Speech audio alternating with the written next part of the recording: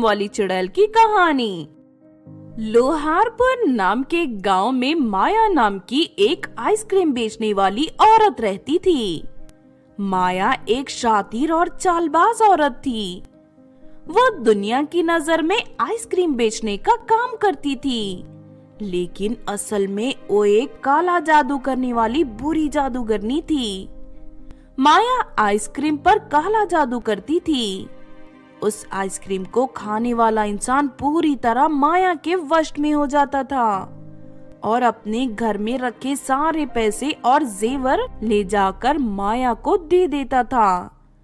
दूसरी तरफ होश में आने के बाद अपने घर में पैसे ना पाकर लोगों को लगता था कि उनके घर में रखे सारे पैसे चोरी हो गए हैं। इस तरह किसी को भी माया पर शक नहीं होता था।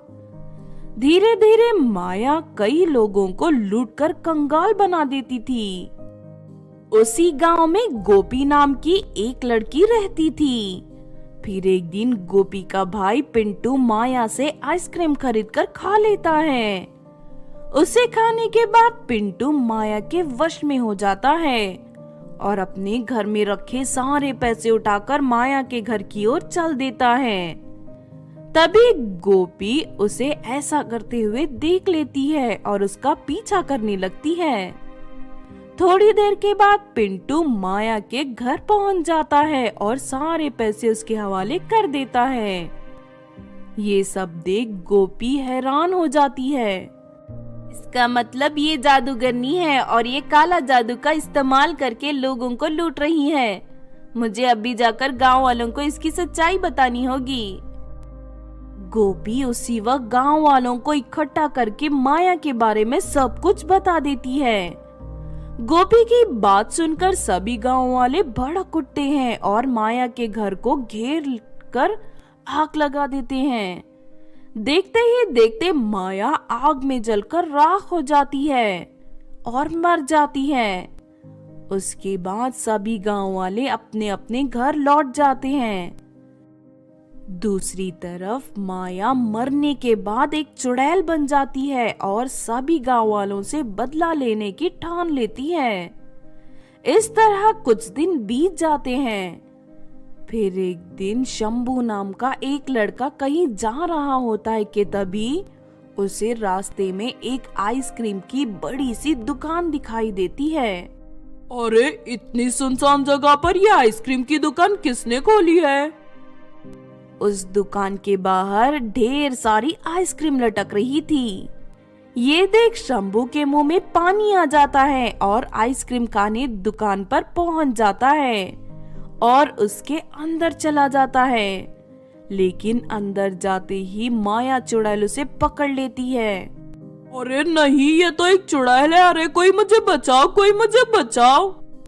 अब तुझे कोई नहीं बचा सकता। तुम गांव वालों ने धोखे से मुझे जलाकर मार दिया था, लेकिन अब मैं तुम सबको मारकर अपनी मौत का बदला लूंगी। नहीं नहीं चुड़ैल जी, उस दिन तो मैं शहर गया हुआ था। आपकी मौत में मेरा कोई हाथ नहीं था। बकवास बंद कर अपनी। मैं कुछ नहीं जानती।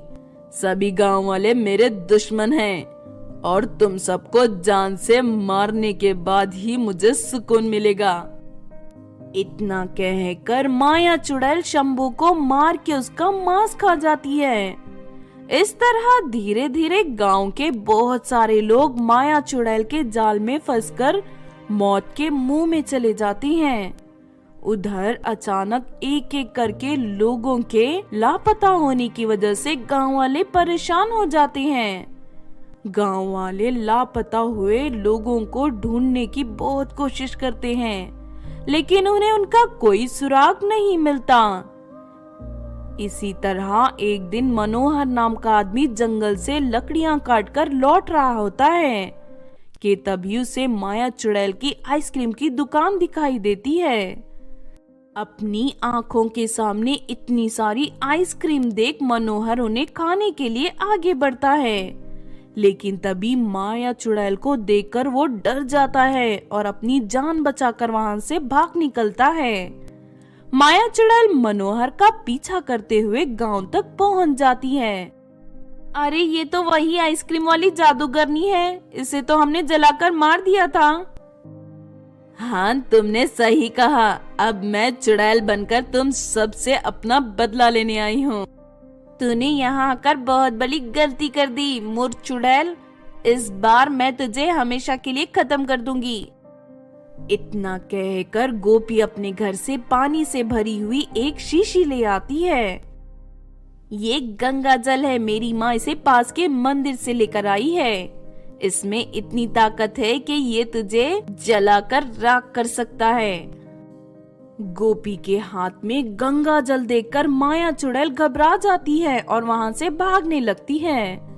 लेकिन तभी सभी गांव वाले उससे घेरा बनाकर पकड़ लेते हैं। उसके बाद गोपी माया चुड़ैल के ऊपर गंगा जल डाल देती है। देखते ही देखते माया चुड़ैल जलकर राख हो जाती है। इस तरह गोपी हमेशा के लिए माया चुड़ैल का खेल खत्म कर देती है। उसके बाद उस गांव में कभी कोई मुसीबत नहीं आती और सभी गांव वाले अपनी जिंदगी खुशी खुशी जीने लगते हैं। तो आपने देखा दोस्तों आइसक्रीम वाली चुड़ैल की कहानी। इस कहानी से हमें ये सीख मिलती है कि बुरे लोग और बुरे काम करने वाले लोग ज्यादा दिनों तक लोगों को परेशान नहीं कर पाते, एक न एक दिन उनका अंत जरूर होता है। अगर ये कहानी आपको अच्छी लगी हो तो जरूर लाइक करें और हमारे चैनल छोटू टीवी को सब्सक्राइब भी कर लें। और हाँ दोस्तों, हमें कमेंट करके जरूर बताना कि आपको कहानी कैसी लगी।